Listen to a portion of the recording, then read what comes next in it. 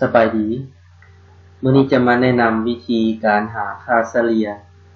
หรือว่าค่า x bar และค่า SD หรือว่าค่าเบี่ยงเบนมาตรฐานซึ่งอันนี้จะเป็นจำนวนคำถามเนาะคำถามในแบบสอบถามอันนี้ตัวอย่างมี10ข้อเนาะแล้วก็อยู่ด้านเทิงนี้จะเป็นจำนวนผู้ตอบแบบสอบถามซึ่งจะมีอยู่10คนแล้วก็อันนี้เป็นตัวอย่างคะแนนที่ผู้ตอบแบบสอบถามให้มาเนาะซึ่งการหาค่าเฉลี่ยนี้ทำนี้คลิกใส่บล็อกที่ผู้ให้คะแนนให้มาเนาะแล้วก็เข้าไปที่ Auto Sum เนาะ Auto Sum หรือว่า Average ก็จะได้ค่าเฉลี่ยออกมาซึ่งหลังจากที่ได้มาตัวทำนี้แล้วคลิกเมาส์ใส่เบื้องขวาสุดลุ่มสุดเนาะแล้วก็ลากเมาส์ลงมาก็จะได้เป็นค่าเฉลี่ยของตัวนี้เนาะซึ่งลำดับต่อมาเนาะวิธีหาค่าเฉลี่ยรวมเนาะหาค่าเฉลี่ยรวมทั้งหมดหรือว่าหาค่า x bar รวมก่อนอื่นคลิกเมาส์ใส่ช่องสุดท้ายเนาะแล้วก็เลือกเข้าเมนู Formula เนาะ Formula แล้วก็ Insert Function แล้วก็เลือกคำว่า Average แล้วก็กดโอเคเนาะหลังจากนั้นจะตรวจสอบเนาะในเซลล์ที่เราต้องการหาค่าเฉลี่ยรวมนี่เนาะ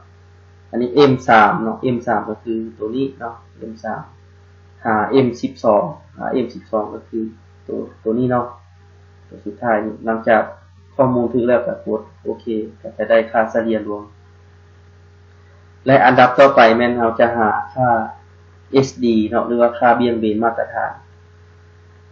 อันดับทำอิฐนี่คลิกเมาส์ใส่ช่องทำอิฐเนาะที่เราต้องการหาค่า SD แล้วก็เลือกformula คือเก่าเนาะแล้วก็เลือก insert function ซึ่งตัวนี้เราจะเลือกเอาคำว่า stdev เนาะซึ่งหมายความว่า standard deviation เนาะก็คือค่าเบี่ยงเบนมาตรฐานนั่นเองเนาะก็กดโอเค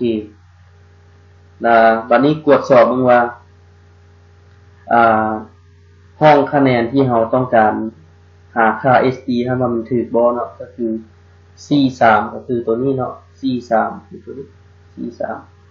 ตั้งแต่ C3 จนฮอด L3 เนาะซึ่งตัวนี้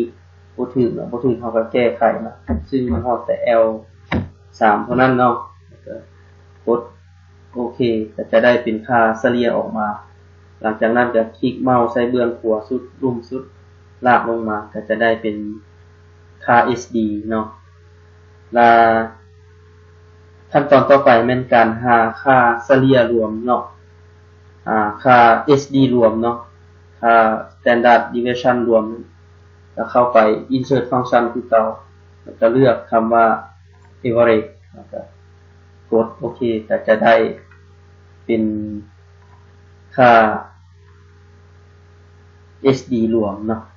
ซึ่งอันนี้เป็นตัวอย่างการหาค่า x bar หรือว่าค่าเฉลี่ยและค่า SD